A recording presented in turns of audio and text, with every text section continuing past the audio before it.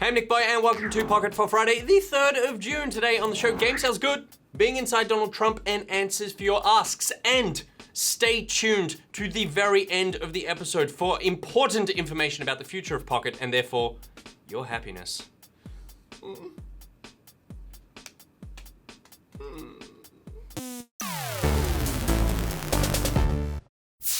Alright, here's what's been making headlines, and first up, Rockstar has dropped a trailer for their latest GTA Online expansion. Further adventures in finance and felony will let players build their own contraband trading empire, and the content pack is due on the 7th of June. Funnily enough, Take-Two CEO Strauss Zelnick has told GameSpot that they hadn't really planned for the amount of success GTA Online has had.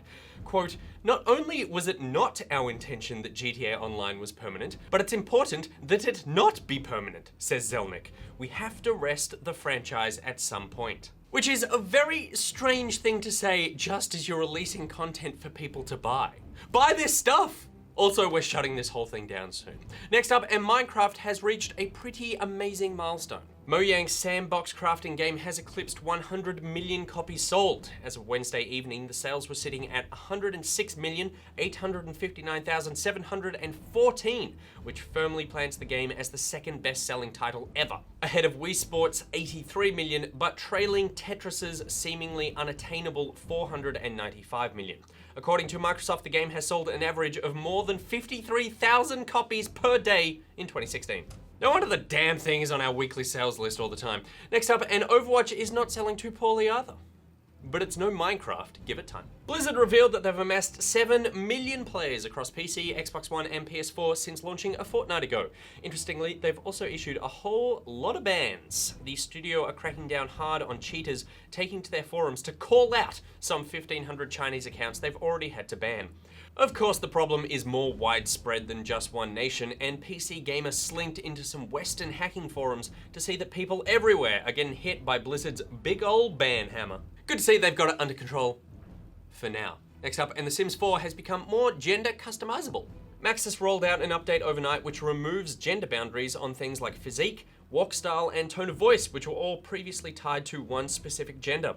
In addition, all jewelry, clothing, and hairstyles can now be donned by any Sim. In a post about the update, the Sims team explained they want to make sure players can create characters they can identify with. It's a good call from Maxis and a nice little update. And speaking of which, here's a few nice little E3 updates. After yesterday's tweet from the Rad Brad, Ubisoft has now officially confirmed that Watch Dogs 2 exists and they'll be presenting it during their E3 showcase. Also, Nintendo has changed its tune, realizing that, hey, we might have a little bit more than just one game to show this year. While there's still no confirmation of a classic Nintendo Direct, the company did confirm they're tweaking their Treehouse livestream to include Monster Hunter Generations and Pokemon Sun and Moon, which has just received a new trailer unveiling new legendary Pokemon, Solgaleo and Lunala. As for the E3 show floor, Zelda is still the only confirmed game that people will be able to pick up and play. Hopefully that changes soon as well. Alright, now it's time for Thing of the Day with two very similar but equally excellent Thing of the Day graphics. Great minds think alike.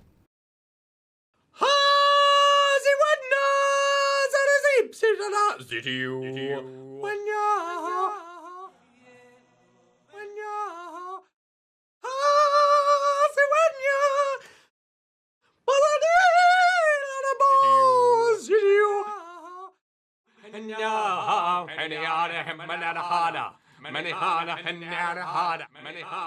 are we talking about?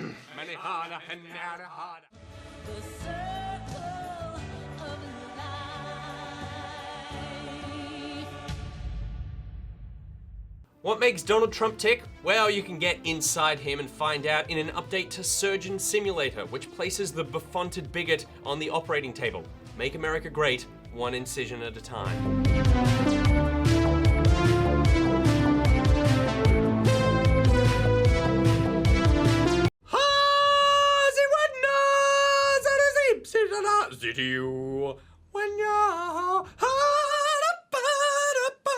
Thing of the Day. Alright, now it's time for Ask Pocket, where your asks enter my pocket, and that's how baby answers are made. Our first question comes in from Sir Kathy Wise. Is there a future for party games? It seems after the Wii nobody is really making them, or at least nobody is making them well. Yeah, party games are in a weird space right now. While gaming itself is getting more and more sociable, gamers might be getting a little too cozy in our own homes. We no longer feel the need to be in the same space as the people we're playing games with. That's both a good and a bad thing. Look at Rock Band and Guitar Hero. Those games came back last year, and they are almost the definition of fun party games, and both disappeared almost as quickly as they arrived. But as for new IP, there are still some good ones out there, they're just a little harder to find. In fact, most of them are happening in the indie space. Nidhogg is a really fun game to play with friends on the couch. Towerfall Ascension is another one in that vein. Of course, Nintendo's Mario Kart series is a constant, but I think Rocket League is nipping at its heels pretty hard. All these games have couch co-op party elements to them, but they also have online play. But for me, I would say the best party game that has come out in the last few years is Keep Talking and Nobody Explodes, because you need to be in the same room as each other, or at least on some complicated Skype video call. It's easy to pick up, everyone can get involved, and it leads to fights, like all good party games should. Hang on, one more time. Describe to me one more time. It hasn't changed since the first two times I described it. It's a calculator screen that says, okay, underneath there are 6 buttons. Stop yelling! Each button has a word on it. The other great part of Keep Talking was its VR integration, and I do think that's where party games could flourish, in VR. Someone puts on the headset and everyone else in the room just gets to mess with them. And as VR marches forward and becomes more portable, companies now talking about backpack computers to run VR rigs, for example, you could even take it outside and move around in bigger spaces. Bring back the party game! Our next question comes in from Lucky Lucario 11. Lucario? Lucario? I make the decision. Do you like fighting games? If yes, what is your favorite? If no, then okay. No. Okay. Our next question comes in from, okay, fine. I feel like I should probably elaborate on that a little bit more. Fighting games have never really clicked with me because I never feel the need to go past button mashing. I don't enjoy them enough to sink the time into learning all the intricate combos and mechanics, and so therefore I don't win that much, and so I don't enjoy them. But if I did learn the combos, then I'd probably get better at it and enjoy it more. The problem is I don't enjoy it enough in the first place to learn the combos so that I could get good enough to enjoy it. But if I had to pick a fighting game, it would probably be one that I could play with friends in a party scenario. And while most people might say Smash Brothers, I'm actually going to cheat a little and say Nidhogg, which I mentioned earlier. It's technically a fighting game because you are fencing, but I feel like it's not necessarily in the spirit of what you were talking about. But I do have some great memories of Nidhogg tournaments with friends who otherwise don't play games because it's so easy to learn and it taps deep into that lizard brain of wanting to win. But again, in summary, do I like fighting games? Broadly speaking, no. Okay? Our next question comes in from SithCat. Is every Ask Pocket full of fresh questions, or do you keep a store of good ones for later use? Well, you actually asked this last week. So does that answer your question?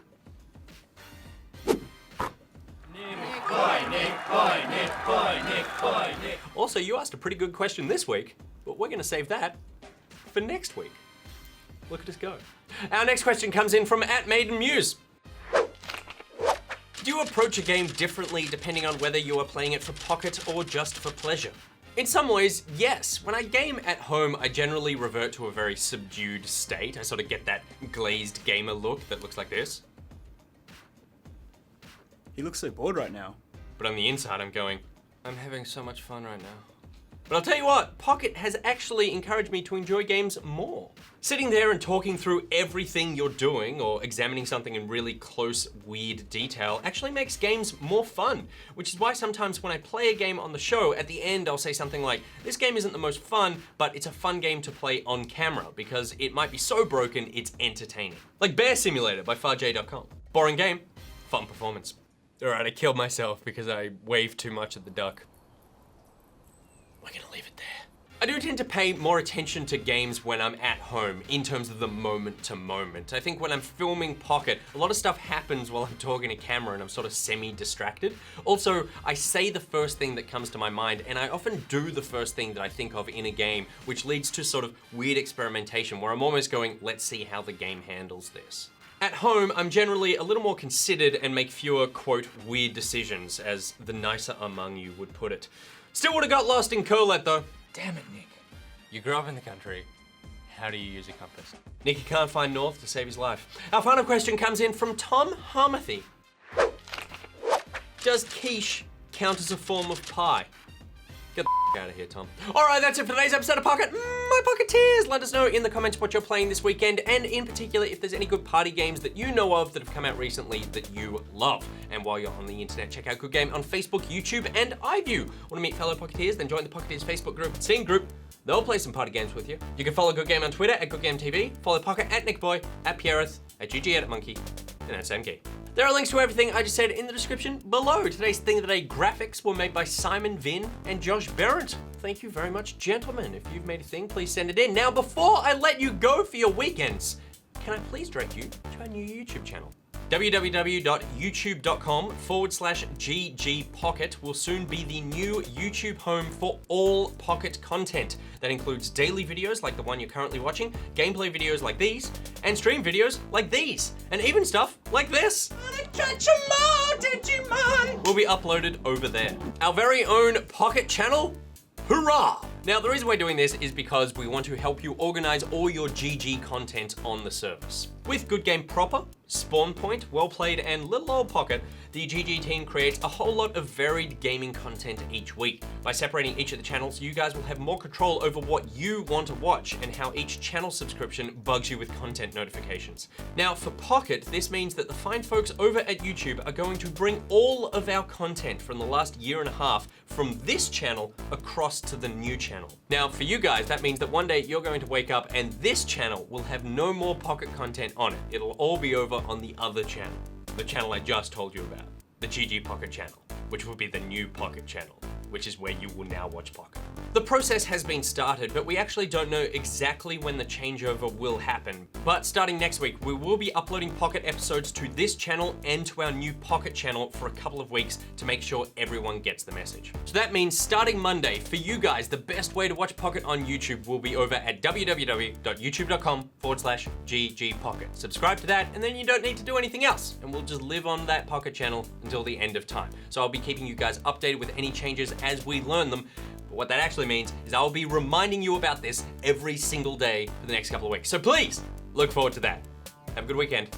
Till Monday, NichBoy out. Kind of get a kiss from the elbow. That's wrong, the lips are here. What? NichBoy, NichBoy, NichBoy, NichBoy, NichBoy, NichBoy, NichBoy, NichBoy.